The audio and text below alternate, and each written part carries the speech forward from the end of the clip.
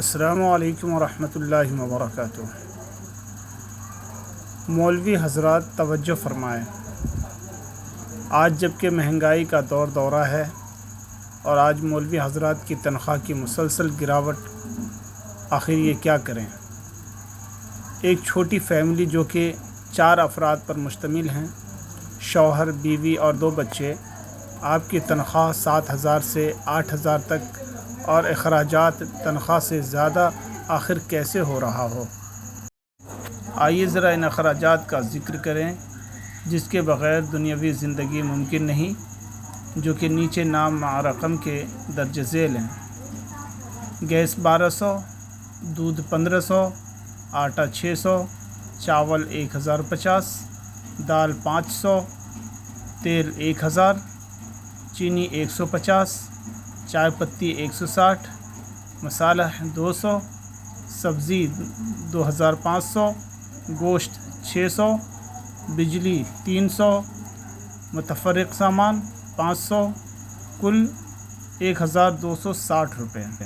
یہ کل اخراجات صرف ایک ماہ کا لکھا، اس میں والدین، ڈاکٹروں، بچوں کی تعلیم، مہمانوں اور رشتہ داروں کے اخراجات کا ذکر نہیں ہے۔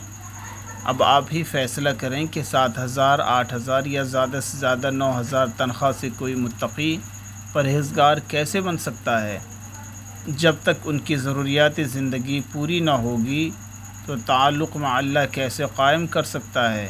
کیونکہ دنیا کے ہر عاقل بالغ انسان مانتا ہے کہ جب تک ضروریات زندگی پوری نہ ہو تو اس وقت عبادت میں بھی خشوع و خضوع پیدا نہیں ہو سکتا۔ پھر ایک مولوی صاحب سے یہ کہنا کہ متقی پرہیزگار بنے، یہ کیسے ممکن ہو سکتا ہے؟ آج جب کہ ایک مزدور کی روز کی دہاڑی 400 روپے ہے، جبکہ وہ صرف اور صرف 6 سے 7 گھنٹے کام کرتا ہے، اور ادھر مولوی صاحب 24 گھنٹے ڈیوٹی پہ مامور رہتے ہیں، اور اس میں بھی ہزاروں بندشیں۔ اگر مدرسہ سے ہے تو چندہ، یعنی سال میں اپنی تنخواہ کا انتظام خود کرنا اور ذمہ داروں کی حکمرانی۔ آخر ایسا کب تک ہوتا رہے گا؟ جب تک کہ ہم بیدار اور ہنرمند نہ ہو جائیں۔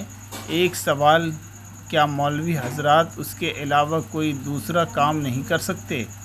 اس کا جواب یہ ہے کہ کام تو کر سکتے ہیں، پر محنت کش ہونا نہیں چاہتے، جس کی وجہ سے وہ احتسال ہوتے ہیں۔ اس لیے جس دن ہم یہ ارادہ کر لیں کہ ہمیں حلال کمائی کے لیے اپنا راستہ تلاش کرنا ہے، تو یقین مان لیں اللہ تعالیٰ آپ کی ضرور مدد کرے گا، کیونکہ اللہ تعالیٰ کوششیں کرنے والوں کی محنت رائگاں نہیں کرتا۔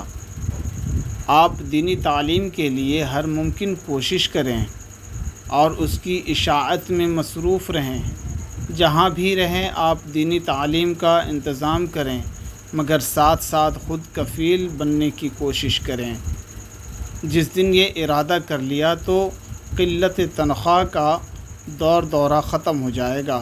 تعلیم کے ساتھ کوئی ہنر بھی سیکھیے، اس کے بہت سارے فوائد ہیں، کیونکہ آج ان ذمہ داروں میں انا کی بو پائی جاتی ہے۔